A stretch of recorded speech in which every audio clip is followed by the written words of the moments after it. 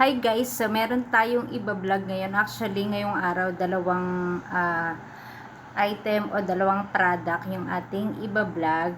Mag-a-honest review tayo. Maglalagay din ako ng yellow basket. Pagka okay sa akin, yan, umorder kayo. Or gusto nyo i-try, order pa rin kayo.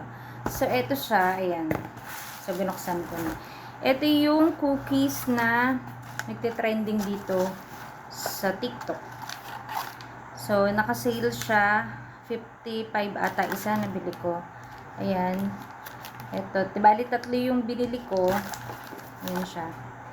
Tatlo itong dark chocolate. Tapos, itong white and chocolate. Yung loob niya. Tikman natin lahat yan. Tapos, itong original niya. Ayan. So, tikman natin guys. Isa-isa. Tikman natin. Ang may anak ko may gusto umorder nito. Alam niyo ba? Sabi ko bayaran niya. Ayaw bayaran. Drugas talaga. So, titikman natin. So, ito si dark chocolate. Yan. Ayan. Ganyan siya kataba. So, ganyan. Yan yung palad. Ganyan siya. Malaki siya. Mataba. Okay. Tikman natin. Natin makalat. Mm. Mm. Mm.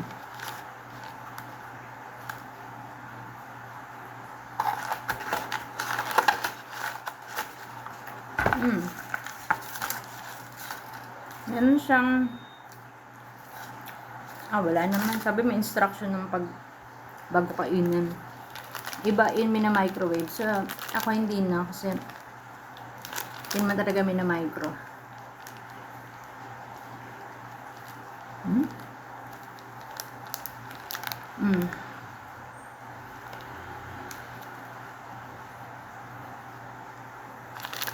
Masarap. Wait lang. Ayan, masarap siya guys kasi ang dami niyan laman sa loob. Ang daming dark chocolate ng loob niya. Ayan. Ang dami. Kaso nagdudurog-durog. Alam niyo yun, makalat. Makalat siyang kainin.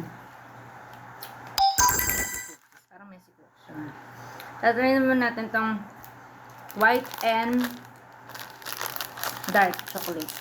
Pinagsama siya sa isang yun, nakalabas no. So, hindi mo na kailangan i-microwave kasi ayan. Malambot siya eh. Ayan, tingnan nyo na nadudurog siya agad. Dahil nga, syempre, chewy siya. Chewy cookies to. So, try natin yung white.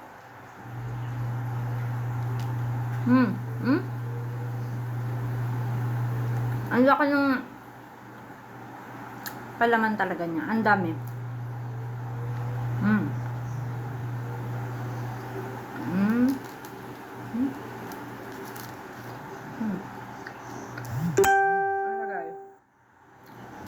Ito naman yung chocolate niya.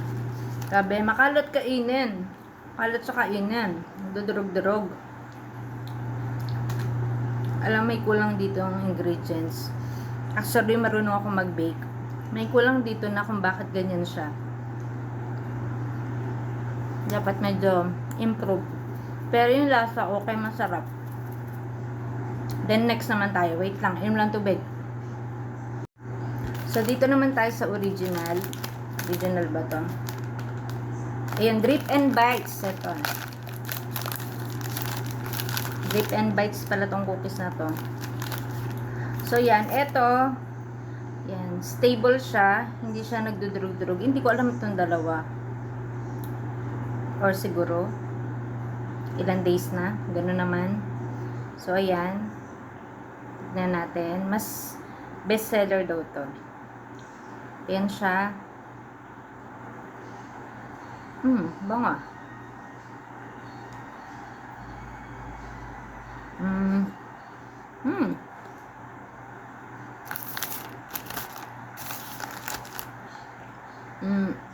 Ang sarap. Masarap din.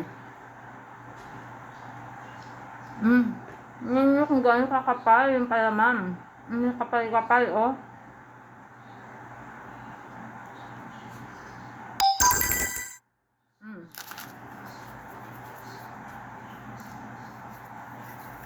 Masarap nga. So, ayan, final verdict. Para sa akin, honest review. Okay siya, sulit siya sa price niya. Kasi ang taba niya. Tingnan niyo naman, di ba? Kung ako kakain, solve na ako kalahati pa lang. Kasi ang laki talaga niya. Pero yun, sana ito, hindi ko alam bakit nagdudurog-durog siya agad. Compare dito, di ba? So, siguro may anong ingredients na kailangan pang improve. Pero, yun lang naman. Pero, sobrang sarap niya. Para sa akin lahat, ang pinakagusto ko ay yung dark chocolate. Ang sarap nito kasi naglalaban yung pait niya at saka tamis niya. Ang sarap niya. Ang sarap niya. Ito yung gusto ko. Then, pangalawa, ito. Pero parang magkakapareho lang silang lasa. May red velvet pa sila. So, yun lang guys. So, masasabi ko sulit. Okay to. I-order nyo to, promise. Ang ganda pa ng packaging niya. Pwedeng pang regalo. Ayan o.